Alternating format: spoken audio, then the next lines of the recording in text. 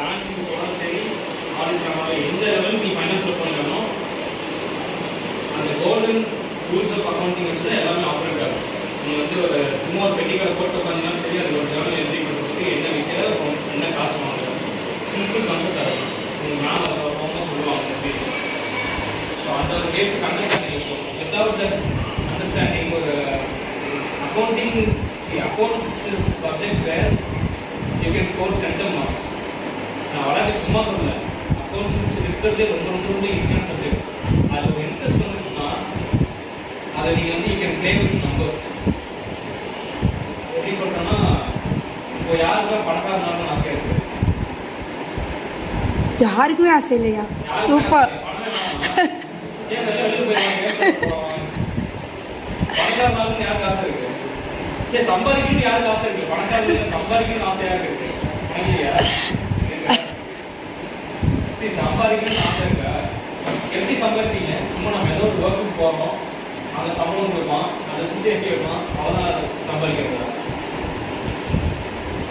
எப்படி மல்டிப்ளை பண்ணணும்னு இருக்குல்ல, நீங்கள் ஏர்ன் பண்ணுற மணியை வந்து காம்பவுண்ட் பண்ணணும்னு சொல்லுவாங்க, காம்பவுண்டிங்னு சொல்லுவாங்க.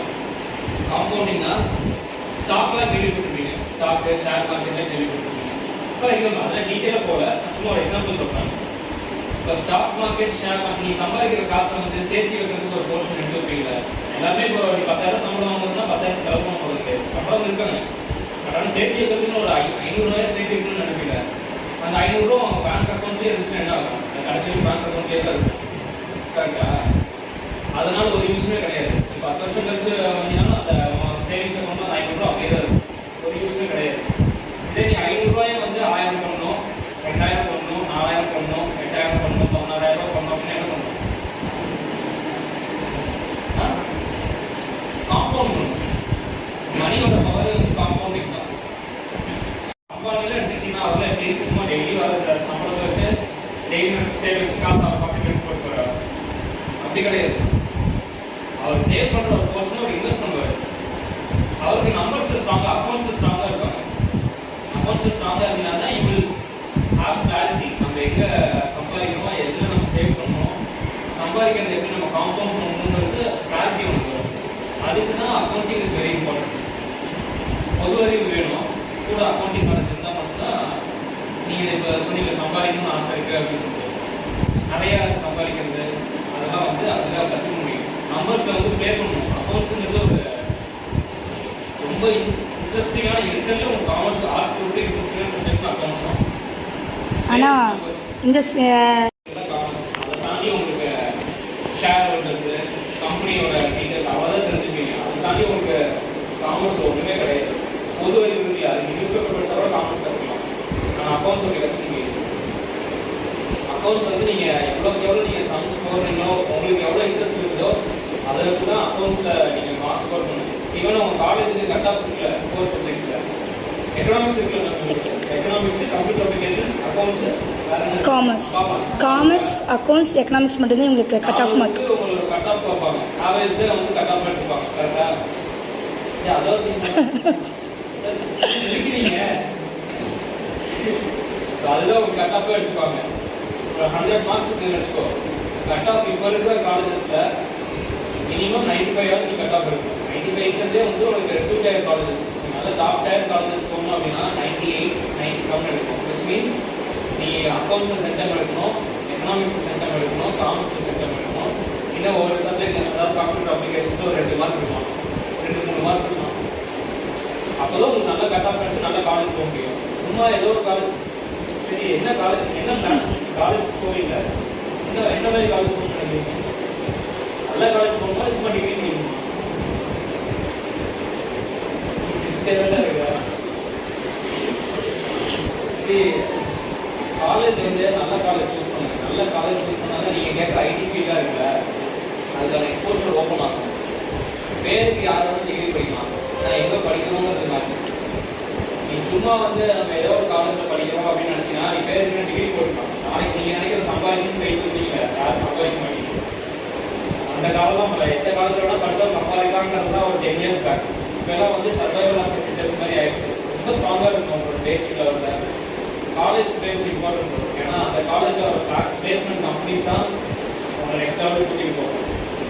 இது யார் யாருக்கும் எங்கள் அப்ராடில் வேலை செய்யணும்னு ஆசை இருக்குது. வெளிநாட்டில் போய் வேலை செய்யணும்னு யாருக்கு ஆசை இருக்குது?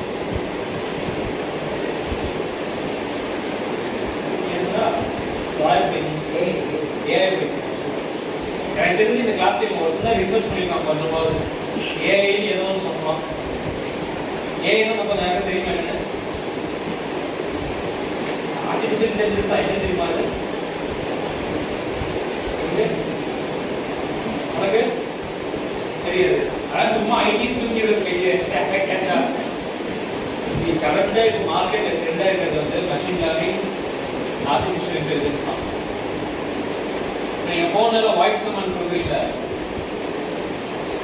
வாய்ஸ் கமாண்ட் யூஸ் பண்ணியிருக்கீங்களா ஃபோனில்? அது என்னது? அதுதான் ஆர்டிஃபிஷியல் இன்டெலிஜென்ஸ். அது சும்மா நம்ம வந்து ஹே சிரி அப்படின்னு சொன்னால் ஓப்பன் ஆகாது. அதுக்கு யாரோ ஒரு பின்னாடி அதுக்கு டிசைன் பண்ணியிருப்பாங்கல்ல, அதெல்லாம் டிசைன் பண்ணுறது தான் ஆர்டிஃபிஷியல் இன்டெலிஜென்ஸ். கோடிங்கில் இப்போ ஐடி கை தூக்கணும் எல்லாருமே கோடிங் இன்ட்ரெஸ்ட் இருக்கா? என்ன லாங்குவேஜ் நீங்கள் கற்றுக்கலான்னு இருக்கீங்க?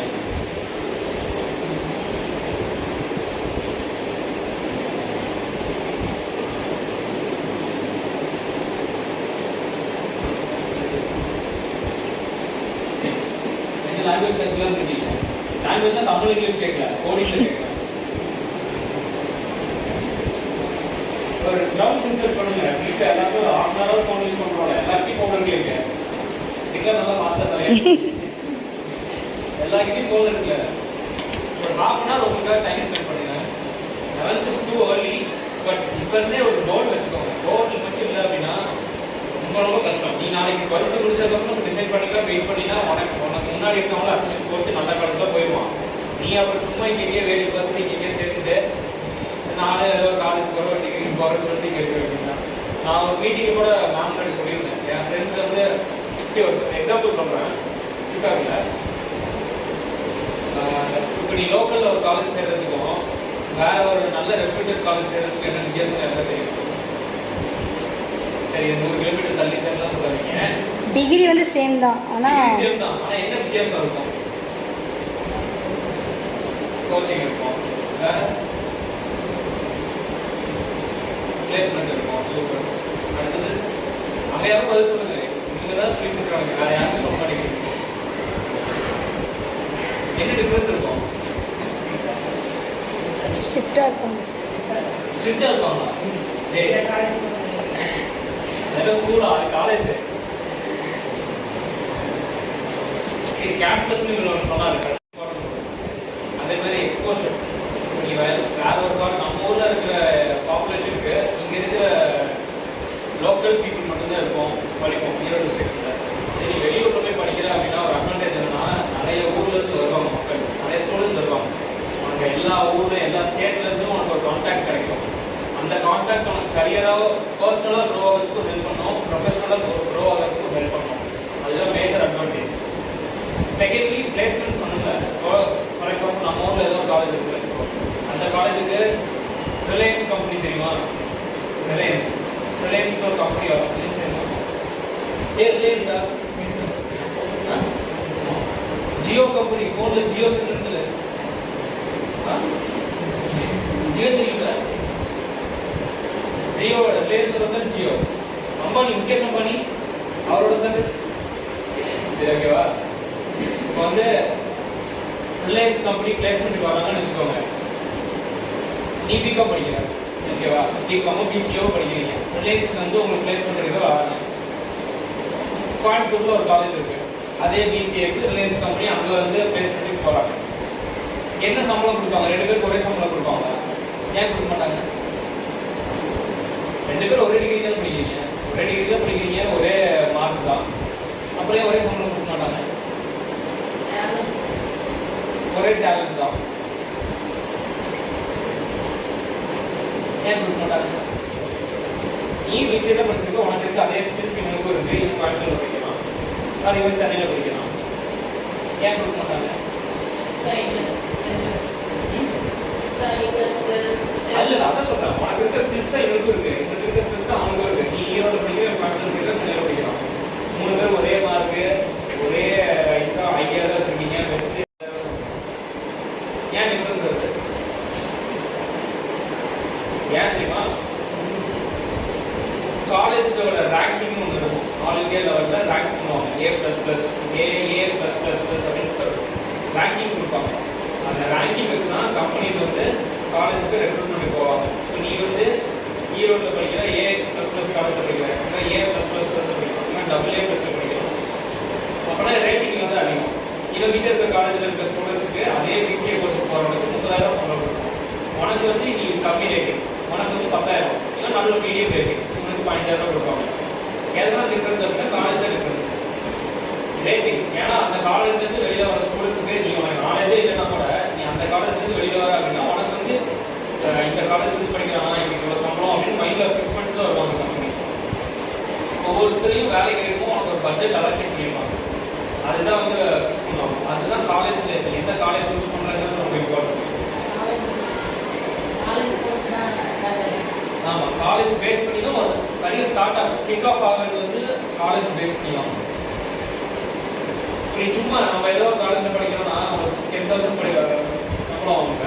அதே கோர்ஸ் உங்களவே படித்த இவன் வந்து 20,000 வாங்குவான். ஏன்னா அவன் படித்த ஊர் வேறு, அவனோட காலேஜ் வேறையாக இருக்கும். அங்கே இருக்கிற ரேட்டிங், அங்கே இருக்கிற எக்ஸ்போஷர் வேறையாக இருக்கும். எக்ஸ்போஷர் அதிகமாக இருந்துச்சுனாலே நீ ஆட்டோமேட்டிக்காக ஸ்கில்ஸ் டெவலப் பண்ணிக்கலாம். ஸோ எதுக்கு இதெல்லாம் சொல்லலாம்னா அக்கௌண்ட்ஸோட காமர்ஸ் மட்டுமே எடுக்குன்னு கேட்காம அக்கௌண்ட்ஸில் ஃபோக்கஸ் பண்ணி அக்கௌண்ட்ஸில் சென்டம் ஈஸியாக எடுத்துக்கணும். ஆனால் அந்த easiest ways to get more cut off marks வந்து அக்கௌண்ட்ஸ் சொல்லலாம். ரொம்ப ஈஸியாக ஸ்கோர் பண்ணலாம். கான்செப்ட்ஸ் தான் எல்லாமே. கான்செப்ட்ஸில் பேசிக் கான்செப்ட்ஸ் நீங்கள் ஸ்ட்ராங்காக இருந்தீங்கன்னா நீங்கள் என்ன மாதிரி சம்ஸ் கொடுத்தாலும் நீங்கள் போகலாம். என்ஜாய் பண்ணி படிக்கணும். அக்கௌண்ட்ஸ் பொறுத்த வரைக்கும் படிக்கும்போது எதுக்கு படிக்கணும் தெரிஞ்சுட்டு படிக்கணும். சும்மா நம்ம மேம் வந்து ஒரு ஃபார்முலா சொல்லி கொடுத்தாங்க, அவங்க எக்ஸ்பிளைன் பண்ணிடுவாங்க கான்செப்ட்ஸ் தான். ஆனால் நம்ம புரிஞ்சுக்க நன்மை இருக்குமா? இருக்க மாட்டோம். நீ லஞ்சு சாப்பிட்டு நீ சிரிச்சுட்டு தான் இருக்க வந்து நீ வீட்டுக்கு போய் என்ன பாட்டு கேட்கலாம், என்ன பண்ண பார்க்க யோசிச்சுட்டு இருப்ப. ஸோ கான்செப்ட் அண்டர்ஸ்டாண்ட் பண்ணிக்கணும். அண்டர்ஸ்டாண்ட் பண்ணுறதுல இருக்குது. கான்செப்ட் அண்டர்ஸ்டாண்ட் பண்ணினா அக்கௌண்ட்ஸ் வந்து நீ புக் எடுத்து தனியாக படிக்கணுங்கிற அவசியமே கிடையாது. ரொம்ப ஈஸியாக பண்ணலாம். உன் வாழ்க்கை ஃபுல்லாக அக்கௌண்ட்ஸ் நீ டெபிட் கிரெடிட்டை மட்டும்தான் ஹேண்டில் பண்ண போகிறேன். அது டெபிட் கிரெடிட் நீ இங்கேயே படிச்சுக்கோ, பேசிக் படிச்சுக்கோ. ஜர்னல் இதில் இருக்குல்ல, நான் எனக்கு வந்து இப்போ 7 years ஒர்க் எக்ஸ்பீரியன்ஸ் இருக்கு. ஓகேவா? நான் 3 கம்பெனி ஒர்க் பண்ணியிருக்கேன். எந்த கம்பெனி நான் அடுத்த லெவல் போகணுன்னாலும் நான் இன்டர்வியூ அட்டன் பண்ணேன்னா இன்டர்வியூ அட்டன் பண்ணும்போது 10 years எக்ஸ்பீரியன்ஸ் ஆனாலும் சரி, 15 years எக்ஸ்பீரியன்ஸ் ஆனாலும் சரி, இன்டர்வியூ ஜேர்னலில் நீ எந்த அளவு ஸ்ட்ராங்காக இருக்க, பேசிக் அக்கௌண்ட்ஸ் என்ன ஸ்ட்ராங்காக இருக்குன்னு ஃபஸ்ட்டு கேட்பாங்க. காலேஜில் படிக்கணும்னு சொன்னீங்க, பேசிக் ஸ்ட்ராங்காக இருக்கும். ஒரு ஜேர்னல் எப்படி தான் பேசிக், அது வந்து உனக்கு தெரியணும். எது டெபிட் பண்ணணும், எது கிரெடிட் பண்ணணும். ஒரு அக்கௌண்டிங் நீ ஒரு பொருள் வாங்கணும்னா அதை எப்படி நீ அக்கௌண்ட் பண்ணுறது நீ பேசிக் புரிஞ்சுக்கோ. ஓகேவா?